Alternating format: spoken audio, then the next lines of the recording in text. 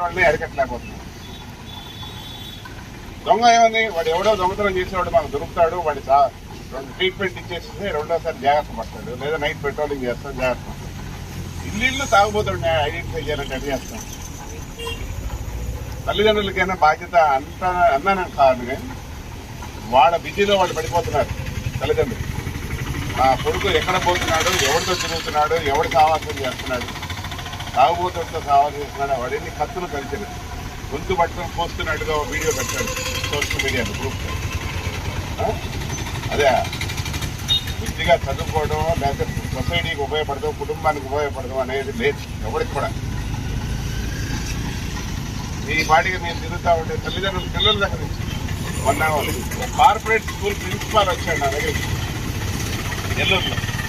చిన్న చిన్న పొగాకు ప్యాకెట్స్ 4 కింద పెట్టుకుని 10th క్లాస్ వేసిన పిల్లలు ఉన్నారు దొరికే స్కూల్లో. వాడి పొగాను పొగాకు నోట్లో పెట్టుకుని మొత్తం వాడికి అవసరం 9వ తరగతి 10వ తరగతి చదివేవాడికి.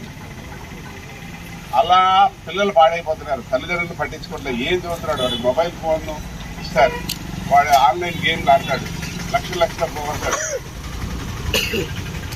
మీ కుటుంబాన్ని మీరు రక్షించుకుంటే తప్పించి అది యాక్సిడెంట్ కావచ్చు, హెల్మెట్ కావచ్చు, తాగడం కావచ్చు, గంజాయి కావచ్చు, ఏదైనా కానీ ఎవరి కుటుంబాన్ని వాడు నా కొడుకు ఎక్కడున్నాడు, ఏం చేస్తున్నాడు, మా అమ్మాయి ఎక్కడుంది, 15 ఏళ్ల పిల్ల వెళ్ళిపోతుంది, 16 ఏళ్ల పిల్ల వెళ్ళిపోతుంది, 20 ఏళ్ల పిల్ల వెళ్ళిపోతుంది, పెళ్ళైంది కూడా వెళ్ళిపోతుంది.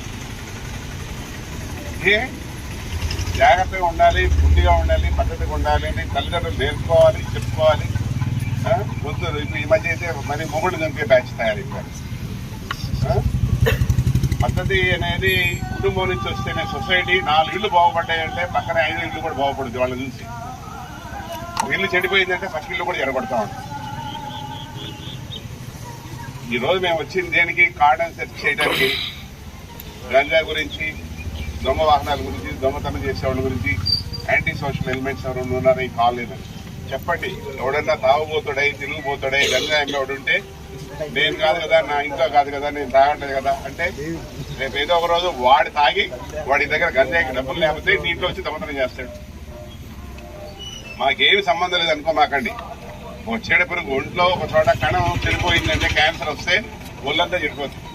మీ కాలనీ కూడా అదే పరిస్థితి అవుతుంది. మీరు ఎవరు చెప్పారనేది మేము ఎవరికి చెప్పాం, సీక్రెట్గా ఉంచుతాం. ఎస్ఐ గారికి సీఎంగా సమాచారం ఇవ్వండి. కానీ ఈ కాలనీలో తాగుబోతున్నాడు, ఎదవ ఉన్నాడు, ఫలానోడు. 4 ఏళ్ల నాడు కోవూరులో ఒక పక్కింటి పోవడంతో ఒక సంబంధం పెట్టుకొని ఇది వాడు కలిసి వాడు చంపేశారు.